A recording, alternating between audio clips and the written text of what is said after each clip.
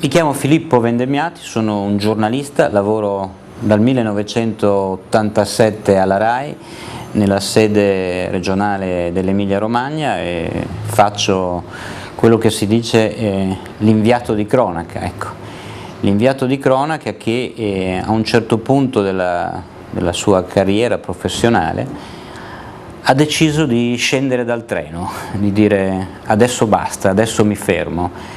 Scendo dal treno in corsa delle notizie mordi e fuggi, che il giorno dopo non si sa più quello che si è fatto il giorno prima, e decido che per una volta quello che vale la pena raccontare non è una notizia ma una storia, e quindi approfondire quello che raramente noi riusciamo a fare, quello che raramente i giornalisti in questo sistema dell'informazione malato riescono a fare.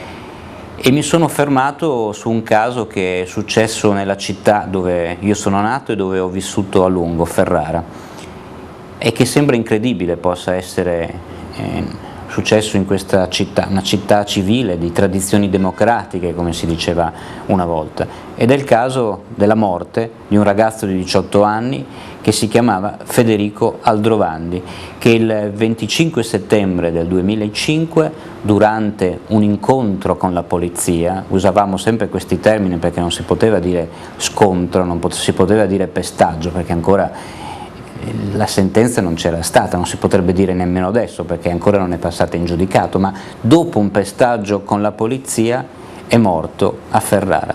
Federico Aldrovandi è morto 2 volte, è morto sotto i colpi dei manganelli e per lo schiacciamento del torace, ed è morto perché dopo questi tragici fatti si è cercato di negare l'evidenza e si è costruito un alibi fasullo. Ci sono state 2 inchieste, quella sulla morte e quella sui depistaggi. Entrambe hanno portato a 2 sentenze di condanna di primo grado per 7 agenti, per 7 uomini in divisa in servizio alla questura di Ferrara. Io definisco il caso di Federico Aldrovandi un omicidio quasi perfetto, perché non solo quella mattina ci furono 4 agenti che sbagliarono e poi mentirono, ma poi ci furono altri agenti in servizio alla questura di Ferrara che coprirono quelle bugie, costruendo un alibi quasi perfetto che stava per avere successo, basato sul favoreggiamento, sul depistaggio delle indagini e sulla falsificazione dei documenti. Questo non lo dico io, ma lo dicono 2 sentenze e 2 motivazioni dei giudici di Ferrara. Io trovo che questa sia una storia emblematica che ha molto a che fare sia con il sistema dell'informazione che con il sistema della giustizia. Questa era una storia ormai archiviata, e archiviata dalla giustizia ma anche dall'informazione. Se non fosse stato per un paio di giornalisti, e io non ero tra questi allora, una trasmissione televisiva e soprattutto la tenacia e la determinazione della famiglia Aldrovandi e dei suoi legali, che il 2 gennaio, a 4 mesi dalla morte di Federico, decisero di aprire un blog pubblicando la foto del cadavere del figlio, il volto sfigurato del figlio, quindi violentando in qualche modo i propri sentimenti, il proprio dolore, quella inchiesta molto probabilmente sarebbe stata archiviata. Questo è un po' la storia, il filo conduttore di questo film documentario che abbiamo presentato in anteprima a Venezia e che adesso stiamo tentando di far vedere a quanta più gente possibile, in accordo con la famiglia Aldrovandi. Il mio obiettivo, spero di esserci riuscito, è quello di non limitarmi ad una semplice denuncia. Sarebbe stato molto facile agire sui sentimenti, sulle emozioni, sui filmati che la famiglia Aldrovandi ci ha messo a disposizione per una denuncia molto forte, molto potente, molto violenta anche nei confronti della polizia. Non che non ci sia questa denuncia, intendiamoci, poi il giudizio spetta a chi vede il film, ma ho tentato soprattutto di lanciare un messaggio positivo, che è poi il messaggio che solo la forza di questa famiglia straordinaria poteva trasmettermi. Non si chiede allo Stato e ai rappresentanti dello Stato di essere infallibili. Anche i rappresentanti delle istituzioni possono sbagliare, anche se le loro responsabilità sono enormemente più gravi di quelle degli individui. Si chiede allo Stato però di essere trasparente quando i propri rappresentanti sbagliano. Invece c'è un filo conduttore, in qualche modo inspiegabile, in qualche modo un vizio d'origine delle forze dell'ordine in questo Paese, che accomuna il caso Aldrovandi ad altri casi avvenuti in circostanze simili, ma che hanno tutti lo stesso comune denominatore. E penso ai Di Giuliani, penso a Cucchi, penso a Uva, e penso a Gabriele Sandri, e cioè che un conto sono i fatti da accertare, gli approfondimenti, le perizie, e su questo poi ognuno può dimostrare giustamente in un contraddittorio quello che succede. Un conto invece è l'operato delle forze dell'ordine che in tutti questi casi hanno avuto lo stesso comportamento, che è stato quello prima di tutto di negare, in secondo luogo di coprire, depistando le indagini, in qualche modo strumentalizzando le testimonianze, evitando quindi la trasparenza. Questo è un filo conduttore che qualcuno dovrà spiegarci perché questo non è un film contro le forze dell'ordine, anzi è un film a difesa delle forze dell'ordine e di chi nelle forze dell'ordine si comporta in modo onesto, ma qua non è successo questo, così come negli altri casi. C'è un avvocato che difende, l'avvocato Anselmo, che difende altri casi simili, che mi dice ma qua succede sempre la stessa cosa, non ci fanno fare le fotografie, falsificano le autopsie. Questo è avvenuto anche nel caso di Cucchi. Le modalità di difesa della giustizia, quando è la giustizia italiana, i suoi rappresentanti ad essere indagata e messa sotto processo, è sempre lo stesso: la copertura e la omertà, pur in circostanze che i fatti dimostrano essere anche diverse. I responsabili condannati in primo grado nelle due inchieste lavorano ancora, sono ancora uomini in divisa, e questo per la giustizia italiana ancora non sono dei pregiudicati, perché la condanna non sono definitive. Però ad esempio alcuni di loro continuano a svolgere servizi normali, alcuni anche sulla strada.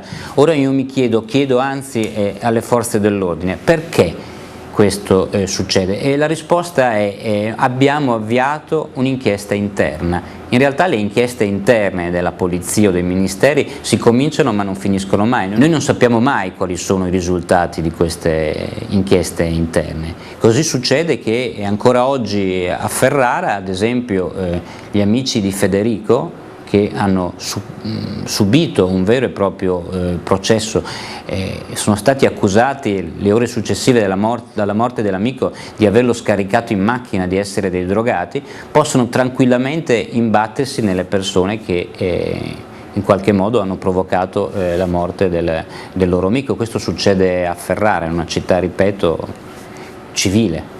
Patrizia Aldrovandi ha subito delle querele per diffamazione dagli avvocati di 3 agenti condannati, perché Patrizia ha definito delinquenti questi poliziotti. Questa querela Patrizia Aldrovandi l'ha vinta ed è stata archiviata dal Tribunale di Mantova. Ciò non toglie che altre persone, per dichiarazioni rilasciate dalla stampa, siano state querelate. Ecco, questo, va detto, si inserisce in un meccanismo credo che non ha eguali in altri paesi d'Europa. Ormai la querela è diventata un'arma per intimidire i giornalisti. Il meccanismo è semplicissimo. Pensiamo che questa professione ormai è fatta in buona parte da giornalisti che non svolgono ufficialmente questo lavoro, che sono sottopagati, che sono precari, che sono giovani, che sono all'inizio del loro lavoro. Ora, se io sono in questa condizione e ho notizie delicate da pubblicare nei confronti di un personaggio, diciamo, eccellente, la prima cosa che faccio è accertare i fatti, poi scrivo queste cose. Cosa succede in Italia? Che parte immediatamente una querela, a prescindere che le cose che ho scritto siano vere o false. Ormai le querele si fanno da 1 milione di euro in su. Uno può dire, ma io sono sicuro di aver detto la verità, che cosa mi importa? No, non è vero, perché questo ti obbliga per 4-5 anni, questa è la durata minima di una querela per diffamazione, a pagarti gli avvocati, a partecipare alle udienze. È chiaro che è una sorta di intimidazione, un'arma che immediatamente diventa operativa, un'arma preventiva che i personaggi eccellenti si dotano attraverso i loro avvocati. In questo modo che cosa ottendono? Che magari io tra 5 anni vinco anche questa causa, però in questi 5 anni non ho più scritto niente delle cose che avevo accertato. Questo è il meccanismo veramente perverso che blocca anche la libertà dell'informazione in Italia. Qui siamo ben al di là dei rischi di libertà, siamo già in uno stato in cui la libertà è negata, se questo è il meccanismo, se la querela è diventata un'arma contro la libertà di informazione. Il meccanismo, come visto, è veramente molto semplice. La speranza dei familiari di Federico è che dopo questo caso non solo e non tanto non succeda più, ma che a chi potesse succedere sia fornito uno strumento che prima non c'era. Il 25 settembre sarà il 5° anniversario della morte di Federico Aldrovandi. A Ferrara si riuniranno le famiglie dei casi simili sopracitati e fonderanno un'associazione non contro qualcosa, ma per la tutela dei diritti delle persone che hanno subito abusi di potere, per offrire sostegno psicologico, per offrire sostegno legale, perché come ripeto, le modalità di oppressione e di pressione contro queste famiglie sono sempre state lo stesso. E questo credo sia anche un segnale di speranza, un modo per guardare avanti. Ecco, se il documentario, il film ha contribuito minimamente a questo processo, credo che l'obiettivo in buona parte sia stato raggiunto. Io spero che questo succeda, e il tentativo è quello proprio per questo, di far vedere il film a quante più persone possibili. Devo dire che le risposte fino adesso sono state in qualche modo sorprendenti, ed è questa anche la testimonianza di come oggi l'informazione si sia estesa, passi attraverso canali non ufficiali, attraverso la rete, che un tempo erano impensabili. Oggi c'è una raccolta di firme per chiedere al servizio pubblico di trasmettere in orario, diciamo, non dalle 2 alle 3 di notte questo documentario. Io non so se questo accadrà, non sono io a doverlo dire, forse per me, voglio dire, lo trasmetterei 24 ore su 24 su tutte le reti, ma non sono io a dover dire questo. Spero che questo serva a formare delle coscienze e a contribuire un minimo a un processo di trasparenza che ancora in Italia non c'è all'interno degli apparati dello Stato e delle forze dell'ordine. Io trovo che le dichiarazioni e le cose dette da Bondi negli ultimi giorni siano paradossali e fortemente sottovalutate dal mondo politico italiano. Abbiamo un ministro della cultura, non un privato cittadino, ma un ministro della cultura che prima decide di non andare al Festival di Cannes perché dice che c'è un film, quello della Guzzanti, che non gli piace. Quindi, insomma, un bambino isterico che punta in piedi e dice no, non ci vado perché è un film che non mi piace. Ma che cosa c'entra? Io dico non vado a una mostra perché c'è un quadro che non mi piace, ma tu sei un ministro della cultura, non sei un cittadino. Poi il film ti può piacere o non ti piacere, no?